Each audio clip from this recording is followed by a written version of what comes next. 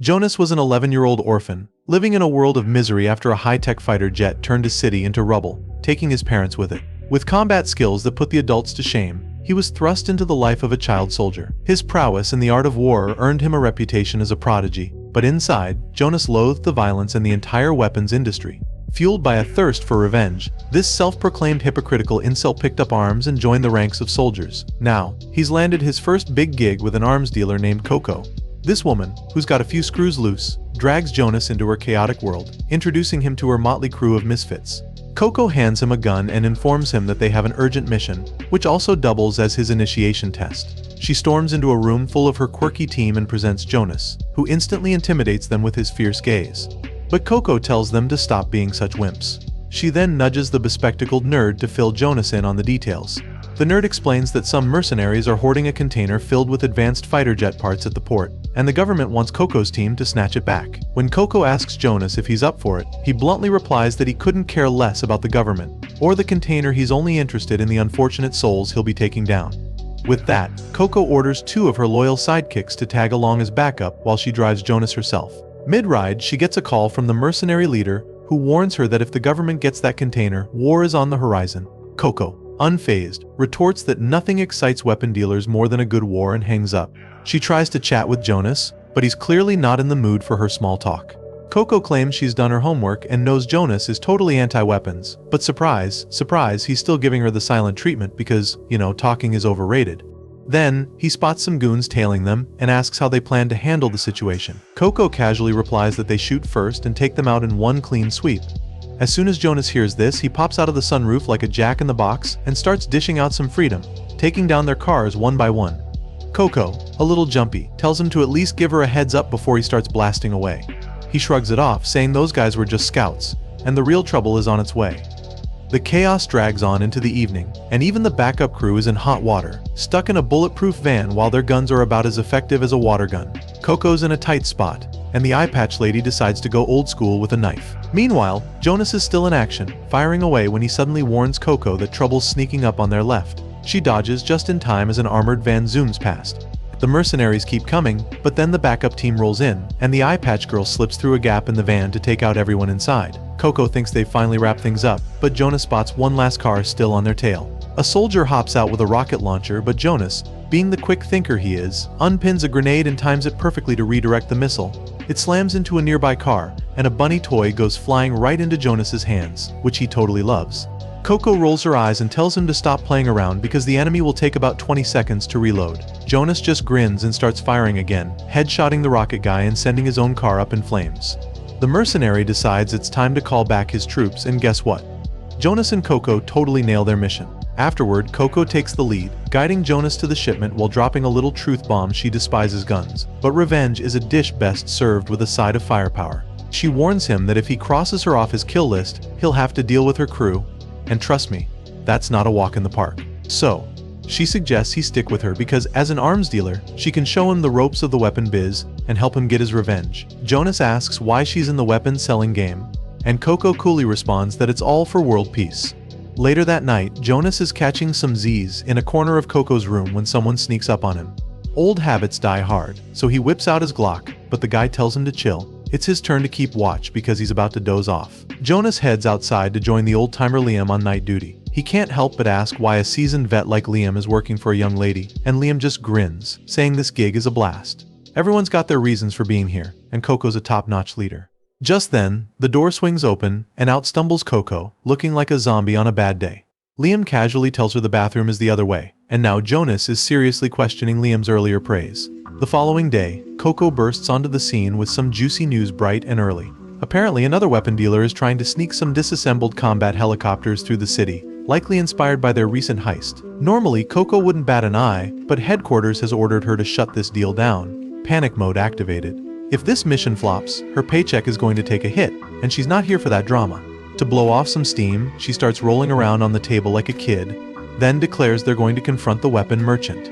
She instructs the nerd and Val, the girl with the eye patch, to chat with the Air Force officials while assigning 4 guys to Liam for backup. The other 2 will stay behind to coordinate, and Jonas is tagging along to face their rival.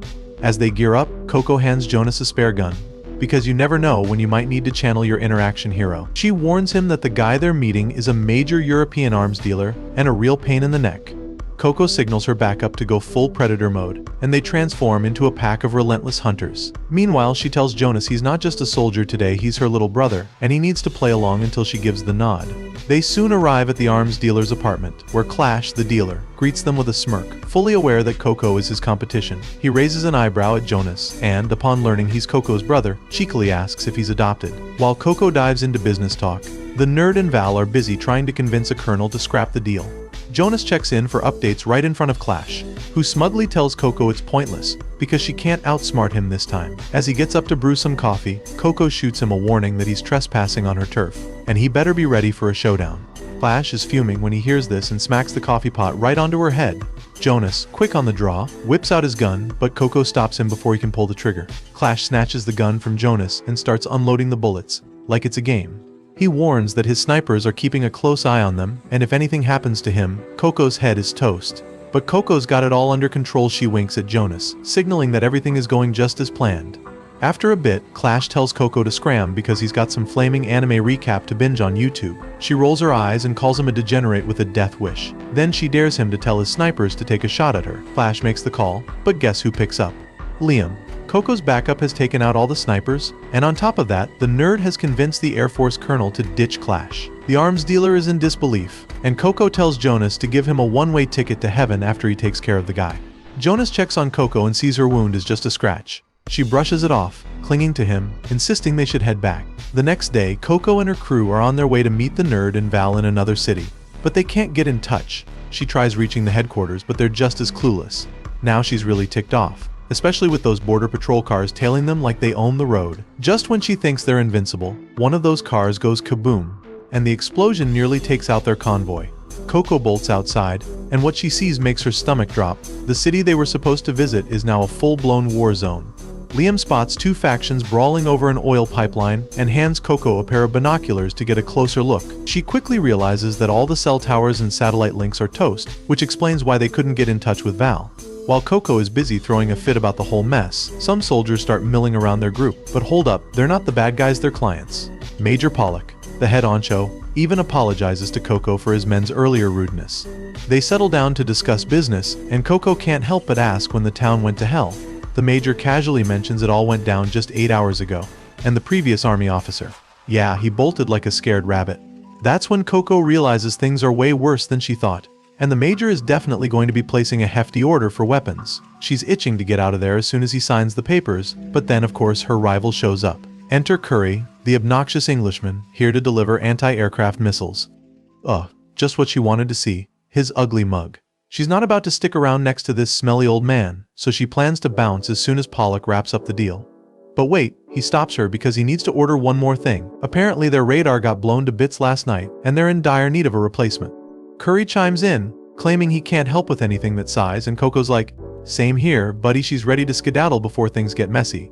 But Curry isn't buying her act. He knows Coco's dad was a big deal in the Navy, and her company is linked to all the major suppliers.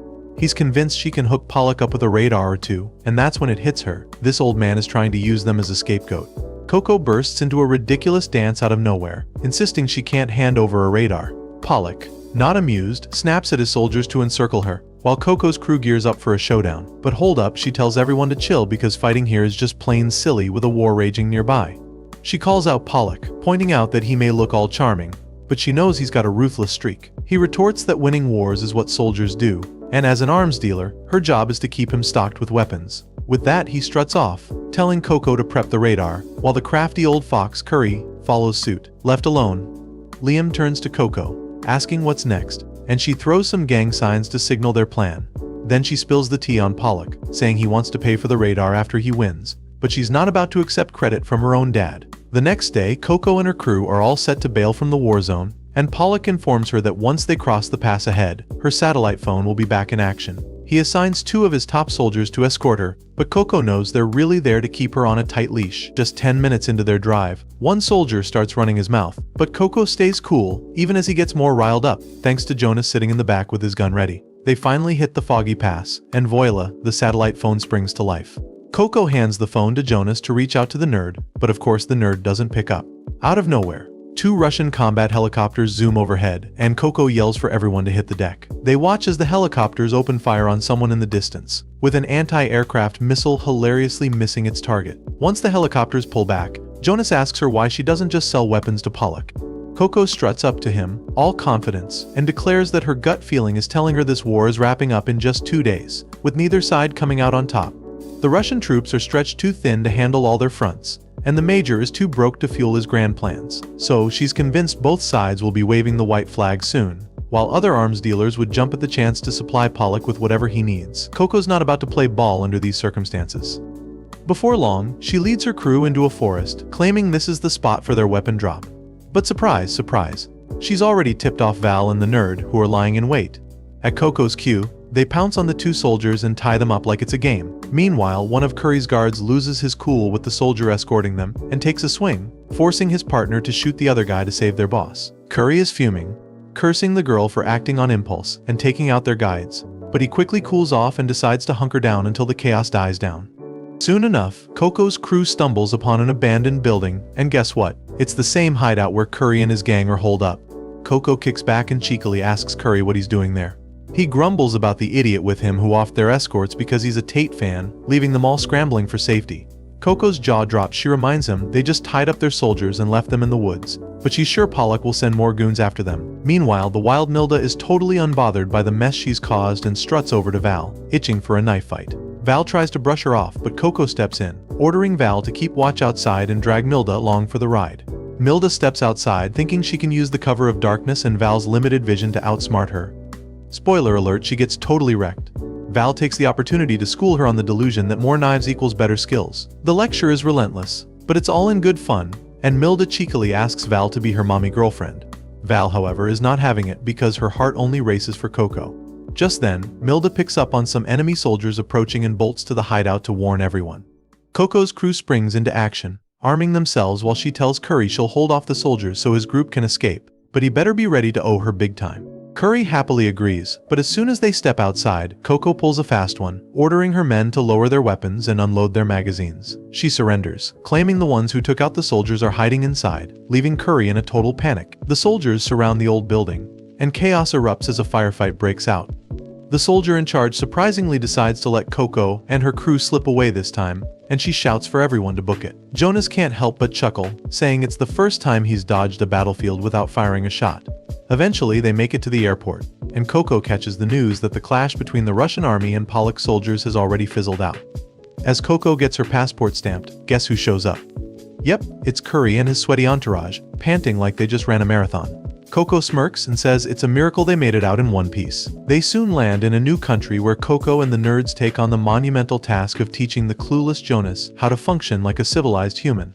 But let's be real, his tiny brain is only programmed for shooting enemies and studying. Nah, he's way too busy drooling over the pictures on Coco's tablet.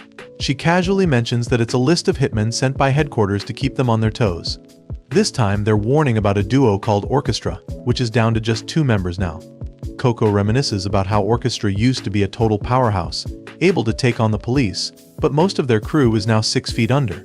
Jonas asks if the hitmen are after Coco and she nods. Apparently, arms dealers have a knack for making enemies, but she's not sweating it because her team's got her back. Then she bursts into laughter over some inside joke with the nerd, leaving the rest of the crew curious. Coco gives them a lecture about eavesdropping, but honestly, what else do they have to do? Out of nowhere, Val asks Coco out, and she's all in. But when she suggests bringing Jonas along as a third wheel, Val's mood takes a nosedive. Coco decides to let Jonas hit the books a bit more instead. Just as the girls are about to leave, Jonas claims he needs to use the bathroom. Time ticks by and he's still Mia, so the nerd barges in only to find a thank you note from Jonas, who's already made a run for it to the nearby city. Meanwhile, the 2 assassins from Orchestra are on the hunt for their next target. The seasoned hitman tells his partner, Chinatsu, to ditch that hideous hat blocking her view. But she's not about to toss it, it's a gift from him, after all. Out of nowhere, she spots Jonas chilling by the street, and bam, she's totally smitten. She rushes to her master, gushing about this adorable boy she wants to adopt, but by the time she turns around, poof, Jonas has vanished. Meanwhile, Val decides to take Coco on a shopping spree for watches because, duh, she knows Coco's all about that bling. As Val struts into the store to snag one for her, guess who shows up? Chinatsu, the assassin, who snatches Coco's hand and ominously declares she's about to meet a tragic end for selling weapons. Coco, not one to back down, recognizes her as part of orchestra and fires back, telling the lowly assassin she's got no right to lecture her. Val, hearing the commotion, bolts outside to back Coco up, but Chinatsu's mentor is ready to play too. He takes a shot at Coco, but out of nowhere, Jonas swoops in like a superhero and saves her while Val keeps Chinatsu occupied. They duck behind a corner, and Val hides behind a pillar as the psycho assassin keeps firing. Val can't believe her eyes. Jonas just jumped in to mess up their plans, and she's feeling a twinge of jealousy because she wanted him all to herself. Behind the corner, Coco plants a kiss on Jonas for saving her and asks why he followed her. He smirks and says he's seen her smile in danger before, so when she went out grinning, he knew something was off. Just then, Chinatsu pulls out a mini rocket launcher, ready to blow them to bits. Perfect timing, right? The police roll up, and the crazy assassin takes out a police car first. Her mentor mows down the remaining officers and tells Chinatsu to keep the heat on their target. Meanwhile, Val grabs a shield from a fallen cop and charges toward Coco, firing at the assassins. She manages to clip the guy's arm, which only makes him angrier. He retaliates with a high-powered assault rifle that pierces through Val's shield and hits her leg. She hits the ground, trying to dodge more bullets, and crawls over to Coco's side. Liam is on the scene, and even though he has a perfect shot at the veteran assassin, this genius decides to call for backup instead of just finishing the job. Meanwhile, Jonas is busy firing at the assassins to cover for the girls, but when he realizes it's not working, he charges in like a total fool. He keeps blasting at the main assassin, who must have graduated from Stormtrooper Academy, because he can't hit the kid running straight at him. Just as they're about to close the gap, Jonas gets his leg tangled in a rope and is yanked away by Liam. Chinatsu even stops her boss from taking a shot at Jonas, because she's got plans to turn him into her little plaything. Liam pulls Jonas to safety, and Jonas kicks him for messing with his grand scheme, claiming he was so close to taking out the enemies. The old guy retorts that the only thing Jonas was about to get was a bullet in the head. He lectures Jonas on how his fighting style is naive and foolish. They're not in it for a fair fight. They're there to eliminate their enemies without breaking a sweat. Liam then tells Jonas to take Coco to safety while he distracts the bad guys. Jonas grabs Coco's hand and bolts, while Liam tries to surprise the assassins with his .45 caliber shots. But Chinatsu's got some serious instincts and blocks them with her shield. Her boss is fuming because Liam's using a silencer, declaring that real men make noise when they shoot. Liam just chuckles, emptying his magazines and calling him crazy. Soon enough, both assassins run out of ammo, and in a moment of sheer brilliance they toss the shield and make a break for their car, exposing their backs like total amateurs. But Liam doesn't even bother to shoot. The two assassins hop into their cars, ready to chase after Coco, armed with even bigger guns this time. Liam is playing the supportive sidekick as he helps the injured Val out, and they both agree that Chinatsu totally outclasses her boss. If they can just split those two up, victory will be a piece of cake. Just then, Coco's crew rolls in, and Liam helps Val into the car, asking the nerd to back him up. The nerd, being all tech-savvy, has already pinpointed Coco's location, so he leads Liam right to her. Meanwhile, Coco and Jonas are sprinting along the beach, and Jonas is on a rant about how weapon dealers like her are the reason the assassins are armed to the teeth. He's not about to forgive anyone in that shady business. Coco can't help but chuckle. It's the first time he's actually voiced his feelings, but she decides to hold off on her response until they're out of harm's way. Back to the action, the two assassins are gearing up to take her out with a heavy machine gun mounted on their car. They're closing in on Coco, but thankfully her friends show up just in time. They use their car as a makeshift shield while trading bullets with the assassins. One of them spots the M2 Browning machine gun inside the assassin's ride and warns Coco about the firepower they're packing. She freaks out a little, and just then, the assassins make their move. They aim the gun at Coco inside the car, and Chinatsu pulls the trigger while steering. Jonas makes a split-second decision and dives into the sea with Coco as their car gets shredded by bullets, flipping over after crashing into a hydrant. When the assassins realize Coco is Mia, they hop out to search the area. Jonas and Coco emerge from the water, and he cautiously checks for any sign of the assassins. Just as he's about to get his head blown off, he fires back, hitting Chinatsu's special cap that her mentor gifted her. She freaks out and insists they should bail because it's a total bad sign, but he's all like, seriously, superstitions, get real. Then he struts out into the open and surprise gets shot in the chest by a sniper. He drops to his knees, and just like that, the sniper from Coco's crew finishes him off with a shot to the head. Game over. Chinatsu is crushed seeing her mentor bite the dust, and she vows to get revenge one day, no matter how long it takes. Chinatsu can't shake the memory of when she first met her boss and mentor. She was living it up at the opera with her wealthy parents when this guy barges in and shoots the singer because he was bored. He was all about the guns, so he started blasting away at everyone. Chinatsu only survived by hiding under her parents' bodies. But when the assassin finally stopped his rampage, she picked up a gun and shot him. Terrified but determined, she stood her ground, and the assassin, impressed by her guts, kissed her on the cheek. Coco tells Jonas that their sniper took the shot from a whopping kilometer away. She wonders if Chinatsu is going to walk right into his line of fire. The sniper's waiting for that moment, but Liam is convinced he won't pull the trigger on Chinatsu. She steps out into the open, but the sniper hesitates. She's just a kid. Instead, he opts to take out the LMG the assassin was using so she can't fight back. Chinatsu jumps at the gunfire but grabs her master's cross and bolts, dodging bullets and hopping onto a truck. A police car rolls up, and out steps a blonde who informs Coco that she's under arrest for all her nasty little deeds. Coco, unimpressed, fires back, asking who this wannabe cop thinks he is. He shrugs it off, saying it shouldn't concern her. Jonas, trying to be helpful, asks what their next move is, but Coco kicks him into the water for interrupting. She raises her fist, signaling her crew, and gives the blonde a glare that could melt steel. Once they hit the police station, the officer tosses the blonde into an interrogation cell for shoving the earlier cops aside. But surprise, surprise, he's a CIA agent, so he gets a free pass. This blonde, going by the oh-so-original codename Scarecrow, demands the officer hand over Coco and all the footage from the gunfight.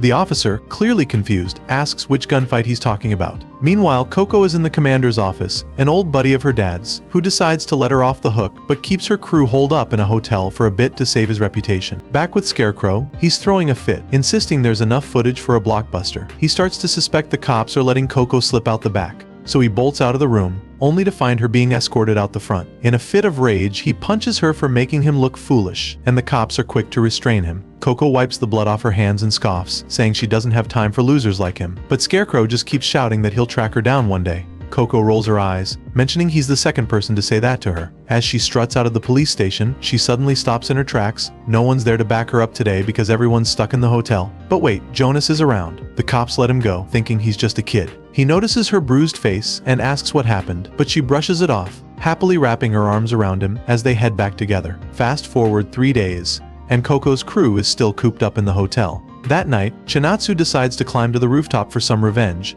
but she's taken aback when she hears Coco's voice warning her to drop her weapon, or she'll be shot before she can even aim. Realizing Liam's got her in his sights, she panics because he's so stealthy she can't pinpoint him. So, she tosses her gun aside, and Coco comes down, smirking that she knew Chinatsu's impatient self would try to sneak in for an attack. Coco's impressed by her skills and wants her on the team for world peace. Chinatsu is taken aback by such lofty ideals but firmly states she'll never team up with her master's killers. Chinatsu pulls out another gun, ready to take down Coco, but before she can even blink, her hand gets shot, and the next bullet finds its way into her stomach. She crumples to the ground, and Coco cradles her in those final moments, watching the light fade from her eyes. Meanwhile, the blonde sniper has made his way to Liam, and let's just say he's not thrilled about shooting a girl. Liam reminds him that he lost 5 buddies to a cutie like her, so he's not about to play nice. Coco then calls her HQ, announcing that the orchestra crew has been wiped out, while Jonas, lurking in the shadows, hears it all, just in case Coco needed a little backup. With the coast clear, Coco's crew hops on a boat to test out some shiny new weapons. Jonas stands back, eyeing the boys as they mess around with the LMG, still nursing his disdain for guns.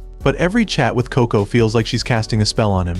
Just then, Coco and Val stroll in to soak up some sun. Coco casually mentions they're there to pick up some cargo, but when her walkie-talkie buzzes with news that sends her into a panic, her brother is coming to deliver it himself. She quickly tells a teammate to hide Jonas. Cue the suspicion that her brother might have some serious issues. The guy whisks Jonas away to a room, where he starts giving him an English lesson just as Casper, Coco's brother, arrives with anti-tank missiles. Casper makes things awkward by bringing up Coco's past arrest before switching gears to chat about a Chinese arms dealer in Africa, the very destination of Coco's crew. He warns her that this dealer is no joke, and Coco quips that he must be truly terrifying if Casper is the one saying it. Casper just laughs it off and heads to the bathroom, and wouldn't you know it, Jonas decides to follow suit. On his way, Casper bumps into the guy who was teaching Jonas and freaks out, finally realizing why Coco wanted him to keep the boy under wraps. Casper struts into the bathroom, taking a quick glance at Jonas's situation before getting down to business. Just as Jonas wraps up, he makes a wild lunge at Casper with a knife. Thankfully, Casper's bodyguard is on it, stopping Jonas in his tracks. But oh boy, Jonas is not going down without a fight, screaming Casper's name like it's a battle cry. The bodyguard, with a smirk, twists the knife in Jonas's grip, reminding him that her bare hands could handle a cucumber better than that flimsy weapon. She suggests he step up his game next time. Now that Casper's finished his business, he casually greets Jonas, noting it's been 3 months since they last crossed paths. Flashback to 3 months ago, Jonas was just a lowly servant and soldier in a war-torn African camp. Casper's minion was there to chat with a local commander when he decided to snatch Jonas's friends away. Jonas, trying to be the hero, offered to take his friend's place, but got slapped down for his audacity. Spoiler alert, his friends never came back, and Jonas figured out the cruel fatty was using them as human shields over landmines. Talk about rage. That night, he strapped a knife to one hand and a gun to the other, ready to take down the arms dealer responsible for his friend's demise. Under the cover of darkness, he picked off soldiers like they were targets at a carnival game. One by one, they fell until he finally confronted the arms dealer, who tried to bribe him with cash. But Jonas was all about that revenge life. He took the dealer out and was about to make his grand exit when he sensed a deadly presence. Before he could react, a smoke bomb clouded his vision, and a skilled warrior appeared out of nowhere, taking him down and dragging him to Casper. Casper asked Jonas who he was and why he was on a killing spree. Once he learned it was all for his fallen friends, he simply asked if Jonas felt satisfied. Jonas got a real wake-up call when Casper casually dropped the bomb that his screw-ups led to everyone at the base biting the dust.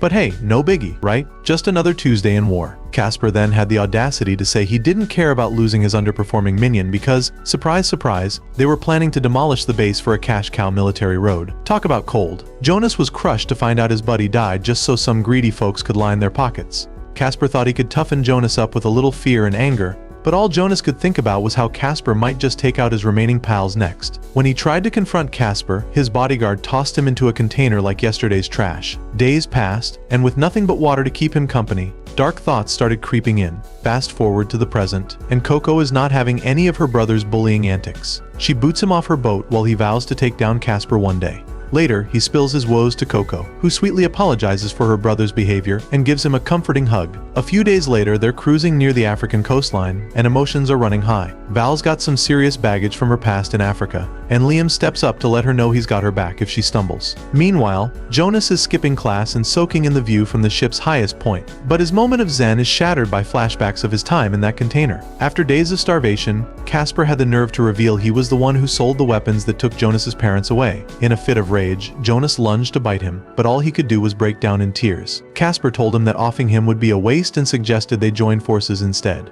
Jonas was all up in Casper's business, asking about his remaining pals. Casper casually mentioned they were under his watch. Jonas urged him to let them live their best lives, and Casper, with a smirk, promised to send them somewhere devoid of chaos. On one condition, Jonas had to play bodyguard for his sister. Fast forward to the present, and Coco's ship is ambushed by a bunch of wannabe pirates. She's fuming, thinking these clowns have no idea who they're dealing with.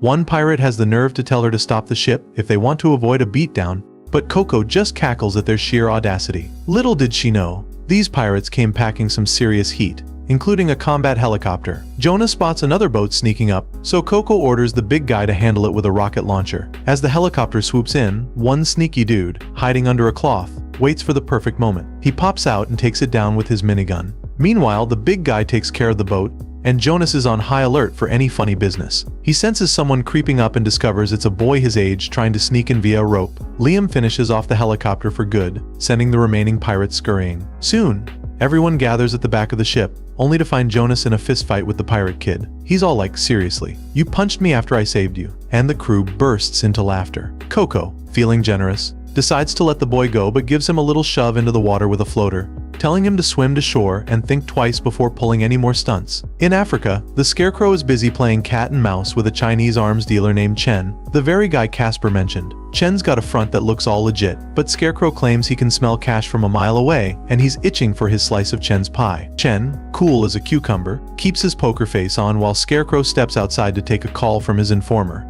He warns Chen not to even think about stepping out because his macho bodyguard is on high alert. But hold up, Chen's secretary struts over, distracts the guard with a little flash, and then knocks him out when he's not looking. Chen tells her to ease up on the violence, he doesn't want any drama. They decide to make their exit, but Chen's got a hunch that Casper spilled the beans to Scarecrow, and he's plotting his revenge. Meanwhile, Coco and her crew land in Africa to catch up with her old pal Manami, a robotics whiz with a quirky obsession for chasing butterflies. Coco's got a gut feeling that Manami won't show up today, and surprise, she's right. Instead, Minami's assistant pops in to apologize, revealing that Minami has likely darted off to chase butterflies again. The assistant spills the tea about old man Chen and his charming secretary, who frequently whisk Minami away for dinner. She's worried that Minami might be getting tangled up with some shady characters since she never mentions Chen or their rendezvous. The assistant then gives Coco the lowdown on Manami's whereabouts while Jonas is busy ogling the tanks on display. Coco saunters over and asks if he knows where they are, to which he replies, "A weapon expo." They head inside and bump into Curry and his crew.